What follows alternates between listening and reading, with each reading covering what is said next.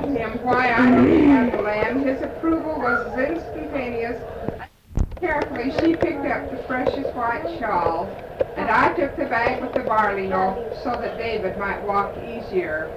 Then, with the door closed behind us, we started to Bethlehem.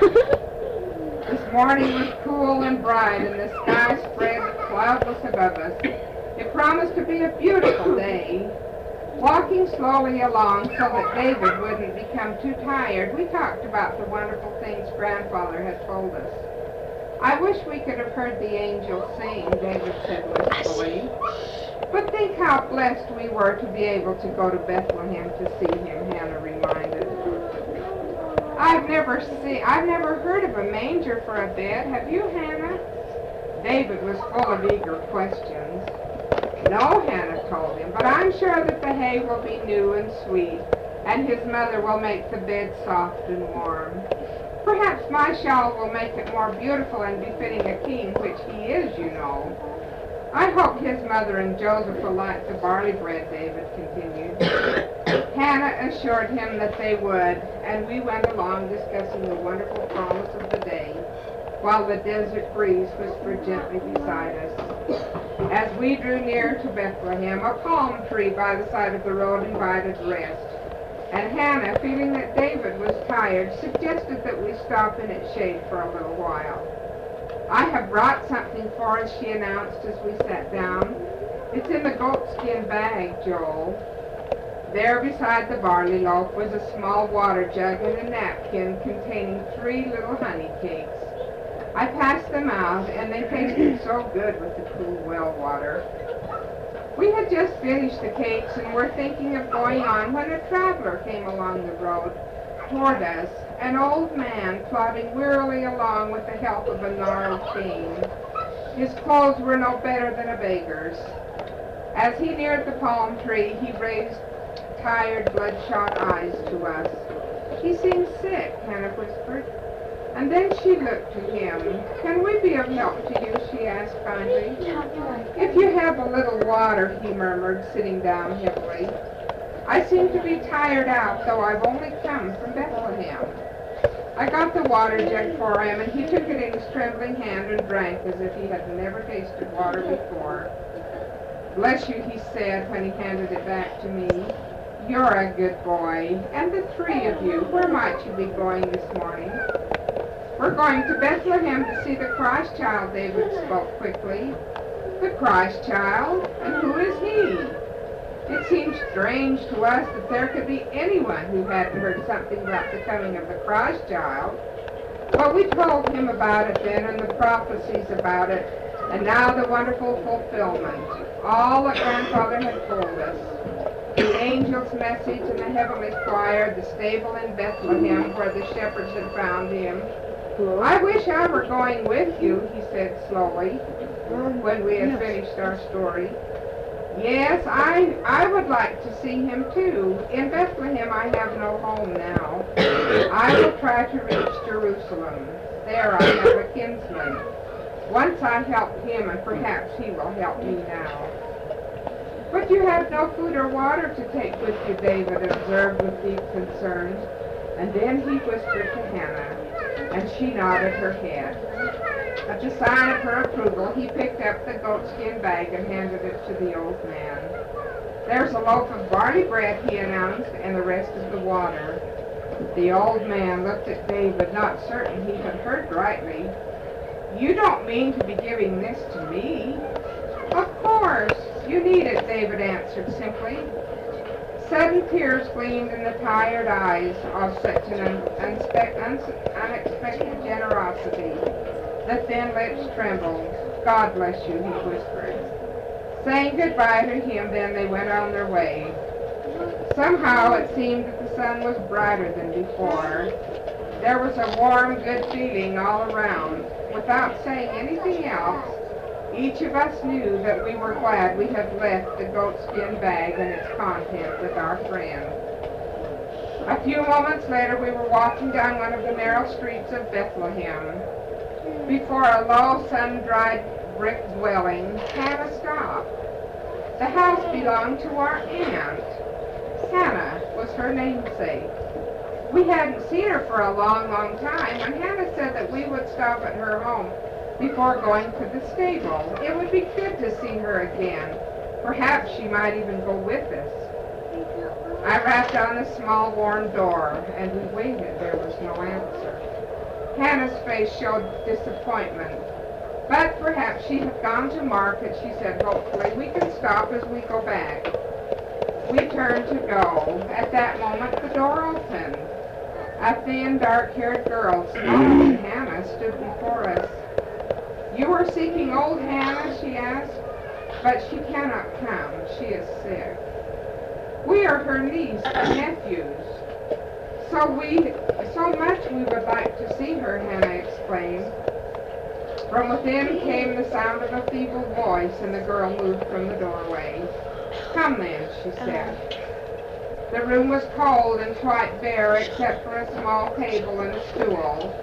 In one corner there was a low bed on which lay a frail, white-haired figure. Outside of us she reached out a limp, blue-veined hand. Hannah, she whispered, her tired face lighting. Tears gleamed in Hannah's eyes as she took the cold hand in her own warm one. We hoped you could go with us, she said. Where are you going? Came the faint reply, and the wonderful story was told again, all that the shepherds had seen and heard.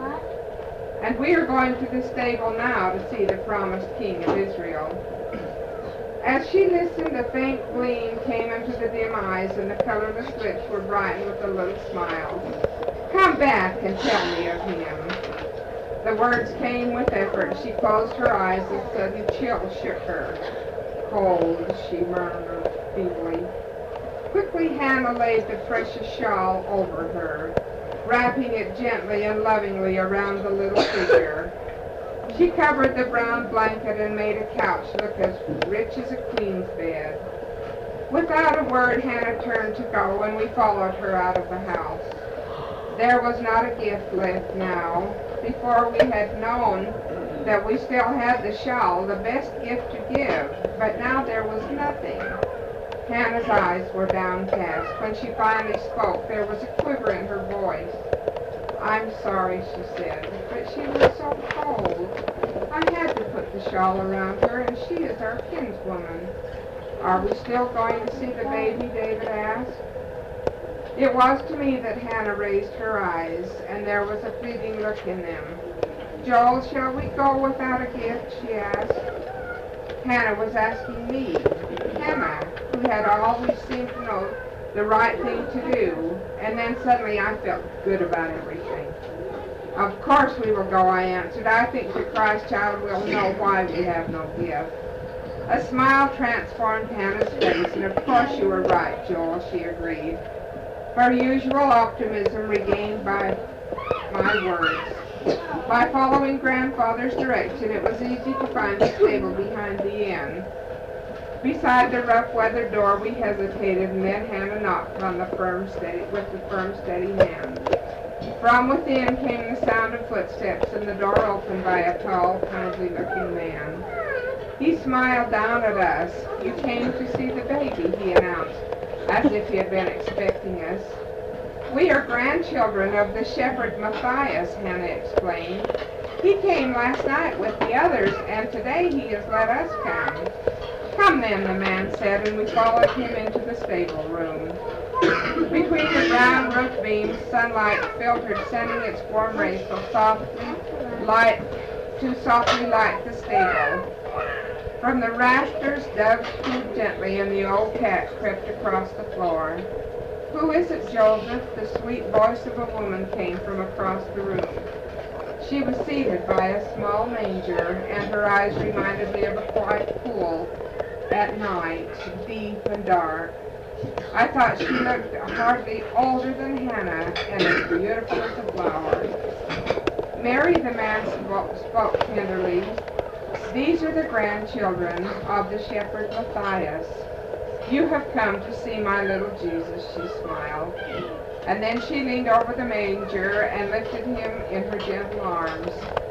Nearby, an ancient ox and a little brown donkey stood quietly watching with us. The young mother held him down for us to see. He looked so dear and tiny, all wrapped in his swaddling clothes. All around us, everything was so peaceful and still. I can't ever remember having had such a wonderful feeling. It was as if a very special place, maybe like heaven, would be.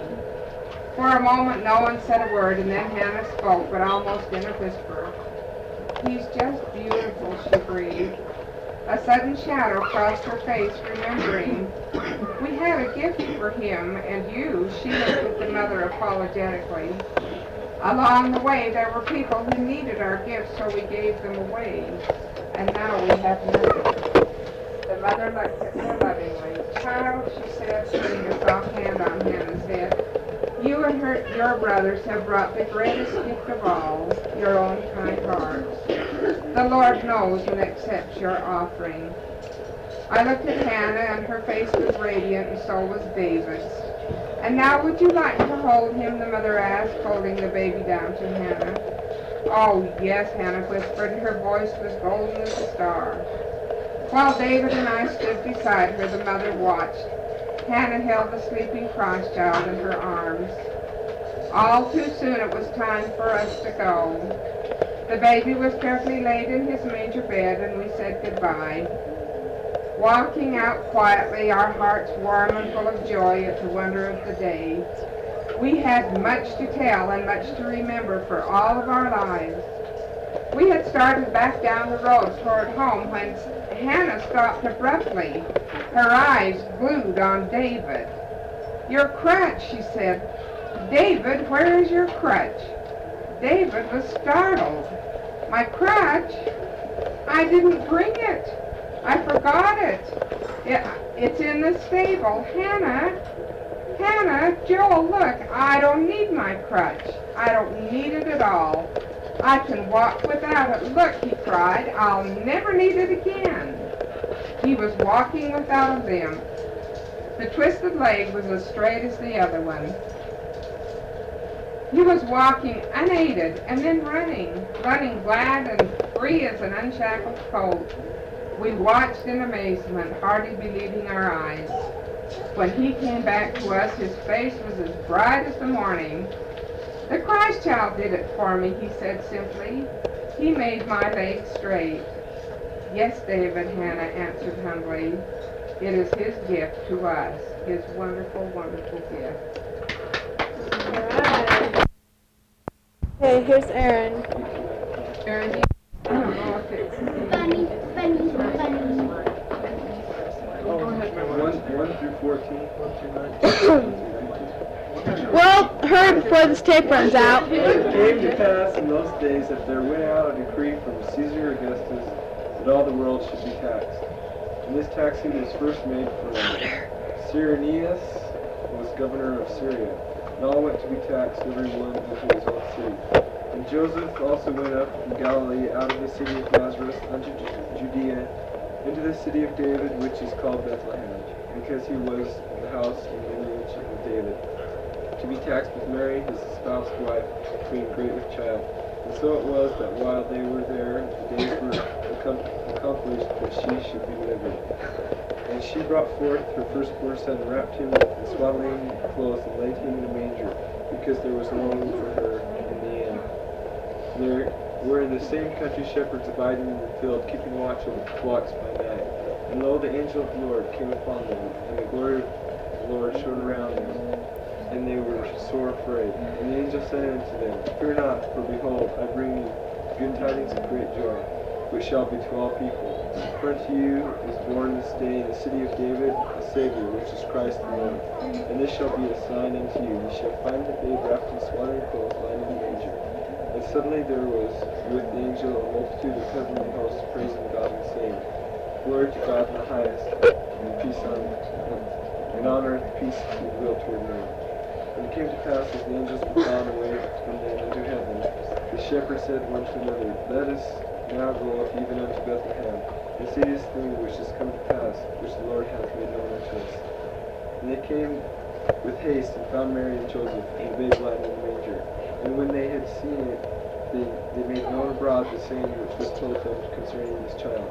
And all They that heard it wondered at those things which were told them by the shepherds. But Mary kept all these things, defining them in her heart. Okay, now Jenna, are you gonna sing that song? No. No? It's just Okay, hit it.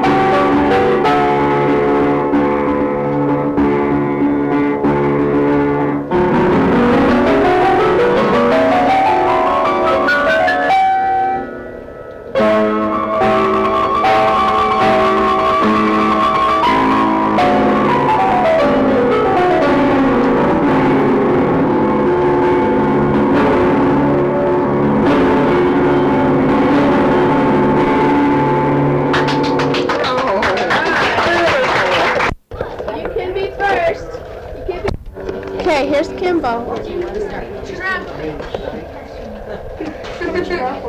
Yeah, this way it's really now.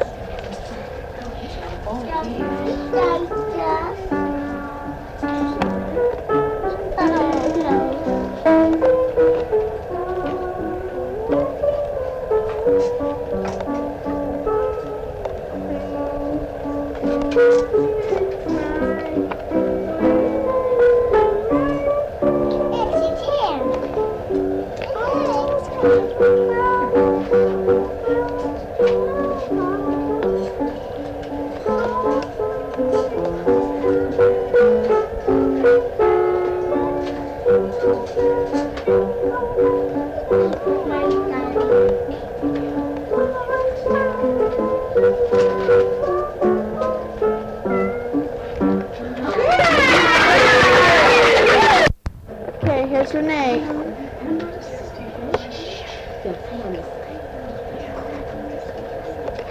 I'll do just a little introduction for you.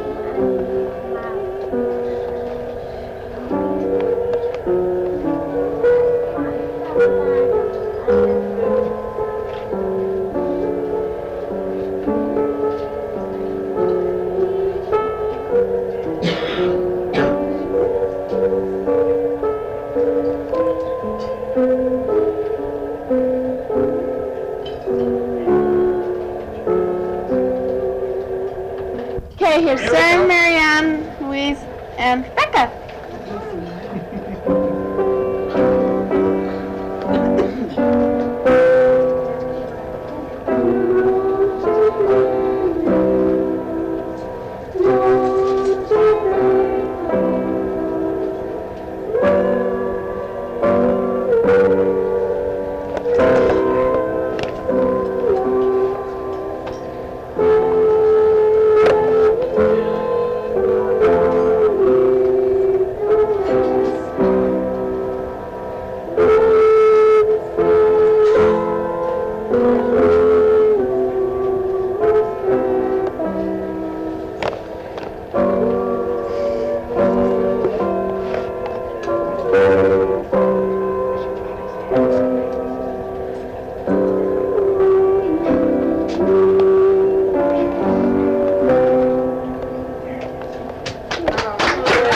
Doug's gonna read us the Bible, Book of Mormon, story of Christmas. No, just the story of Christmas. Why are you be last if you're going to read the whole book? Yeah, Doug, I'm gonna go to bed. Why don't you sit on the bench, Doug? Yeah, Doug. Stand on the bench. Stand on it.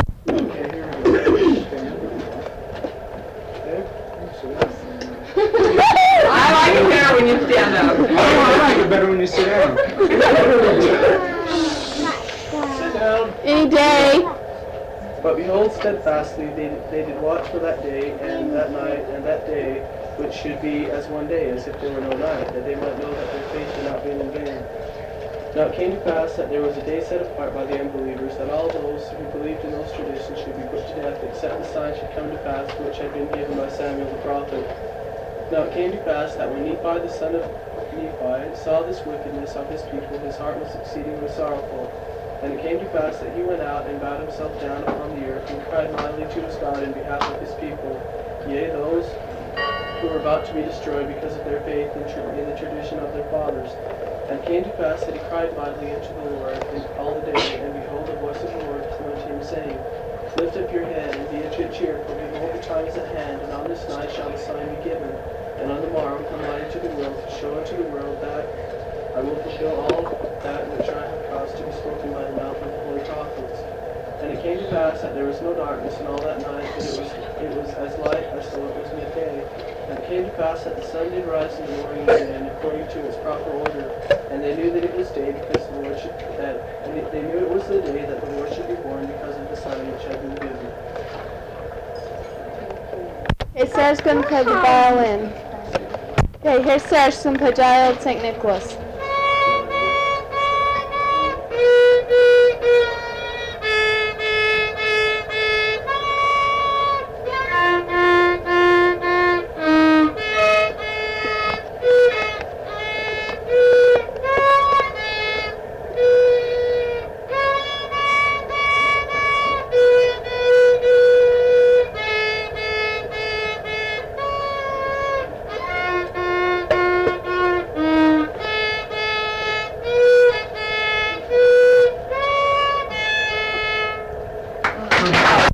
Okay, here's Allison. A medley. Okay, Wait a 5 minutes, Glenna. Allison's gonna sing. talk louder. Let's see. Jingle bells, silent night. First and second verse. Okay, here's Allison.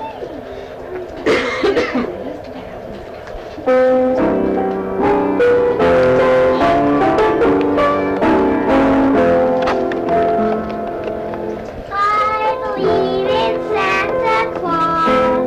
I believe in him because every Christmas he'll appear with all his love and Christmas cheer, leaving lots of Christmas toys for good little girls and boys. I believe in Santa Claus. I believe in him because with his reindeer and his sled, his snow white bear and suits of red, he makes every Christmas day more beautiful, bright and gay.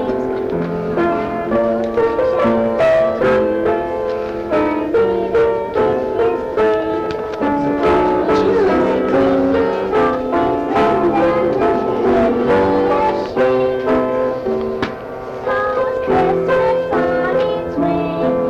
What a thrill it is to face. I believe in Santa Claus and the joys of Christmas Day.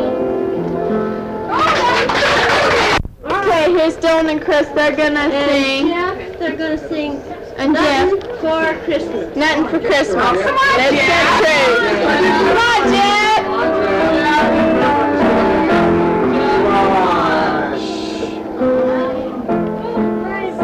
Come on, Dylan. I snitched on me. I hid him. Come on. I spent some milk on Bonnie.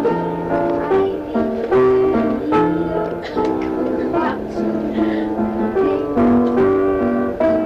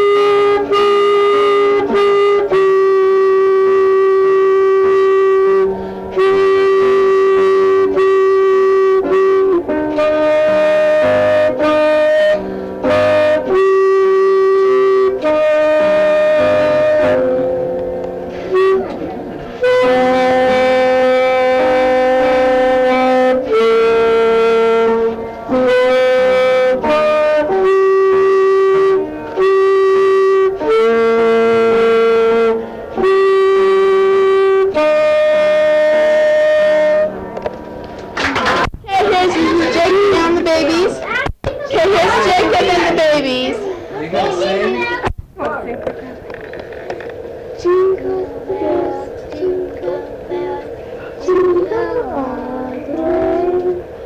Oh, what fun it is to ride in one of those sleigh. Hey, jingle bells, jingle bells, jingle all the way. Oh, what fun it is to ride in one horse open sleigh. Okay, here's Rebecca. She's gonna play Way in a Manger. Do you need a page turner?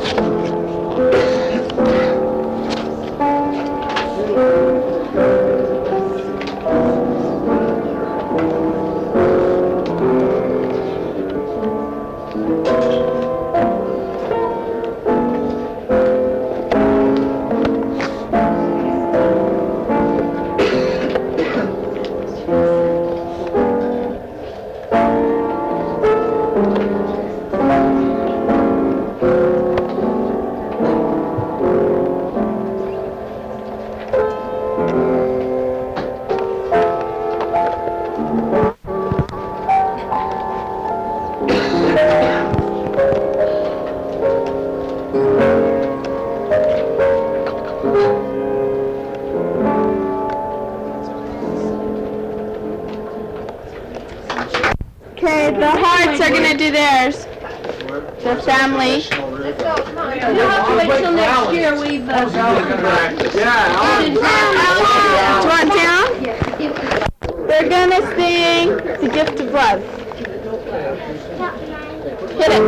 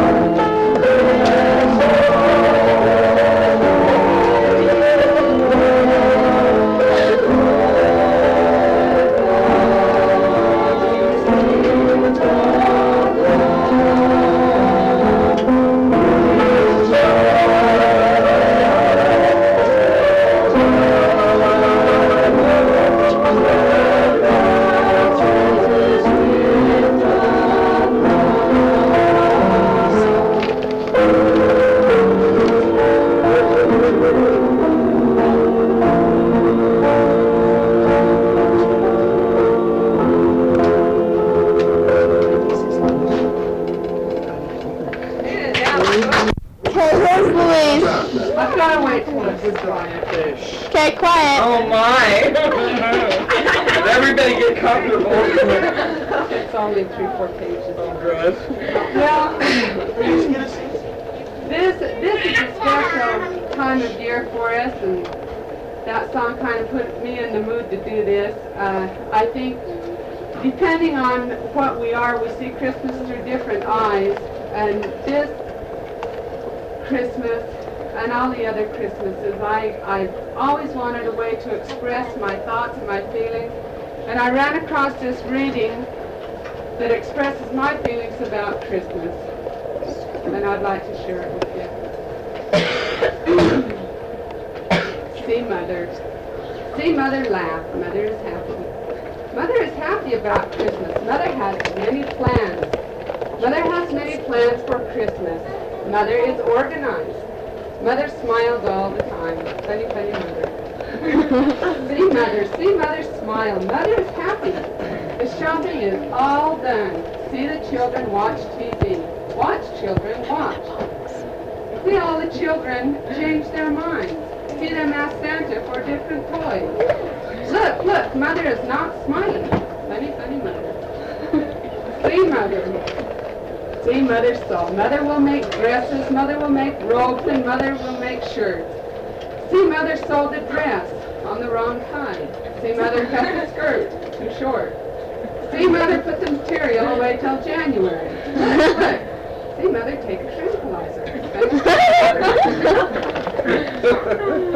See Mother buy raisins and nuts. See Mother buy candied pineapple and powdered sugar. See Mother buy flour and dates and pecans and brown sugar and bananas and spices and vanilla. Look, Mother is mixing everything together. See the flour on her elbows. See the cookies burn. See the cake fall. See the children pull taffy. See Mother pull her hair. See Mother clean the kitchen with the garden hose.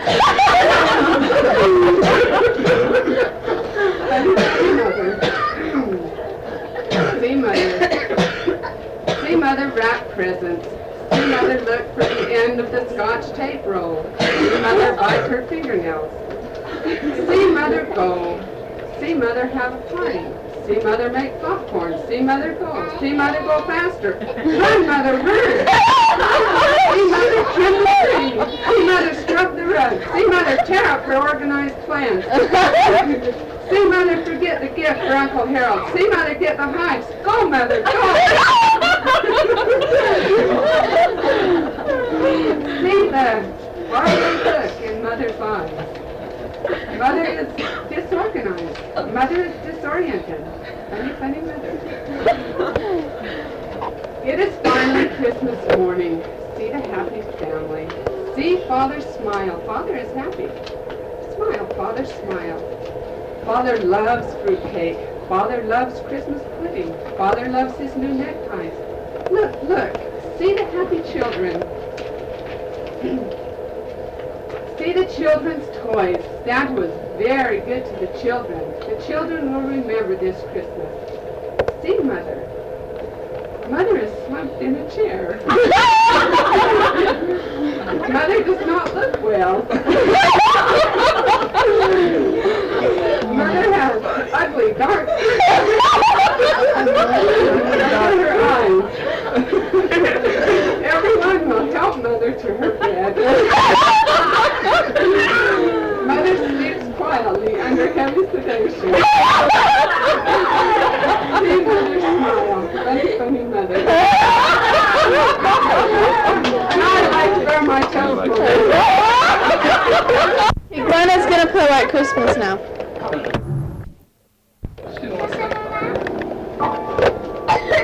Mommy.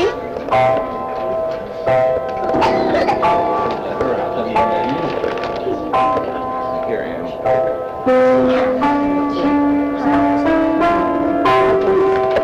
Where's your shoe?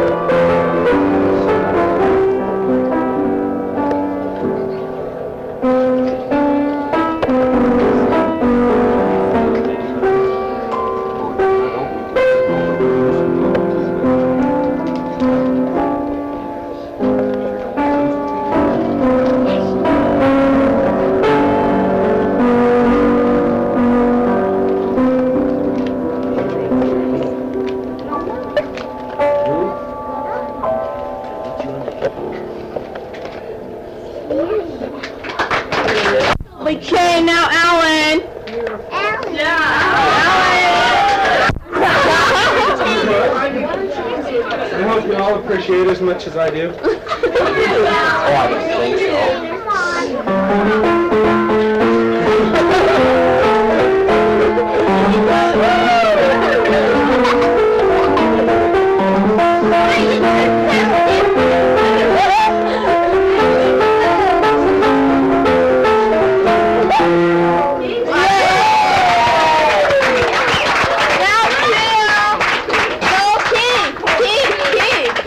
What? Okay, here's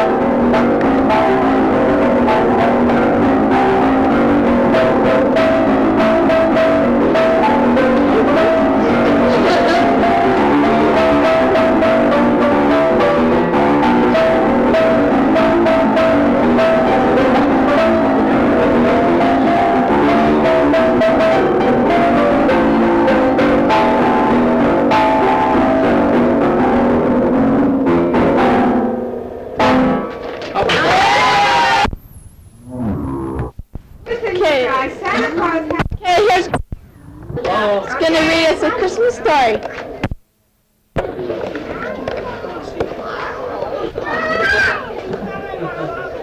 Joel,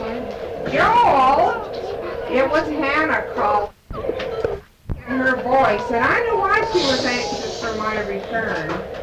This was an important day for us. We were going to Bethlehem. There was nothing unusual about going to Bethlehem. We'd been there many times, David and Hannah and I. There had been times when we had gone with our grandfather, when three of us had gone alone. But this time was different. It happened last Sunday. From the gray doctor room, and I could hear talking softly to Hannah. When I sat up in my bed, he called to me, and Hannah came to wake David. Grandfather had something important to tell us, something we must hear. It's the prophecy of which I speak, he said solemnly. The prophecy has been fulfilled. Last night, as we just as the angel and his gentle mother and the man of the newborn king. The grandmother made far beyond her years. But Hannah had always seemed wise to me, although there were less than 2 years difference in our ages. And though Hannah was only 13, she seemed more of a woman than a child. Perhaps because she had to assume a woman's responsibility so early in life. You ready? Yeah. Our mother had died when Hannah was only 10, and she had tried to take her place for David and me. Of course, Grandfather helped her, but she could take Mother's place better than he. She tried in every way she knew to do so, and now, unselfish as always, she would give the best she had. I wanted to do that too.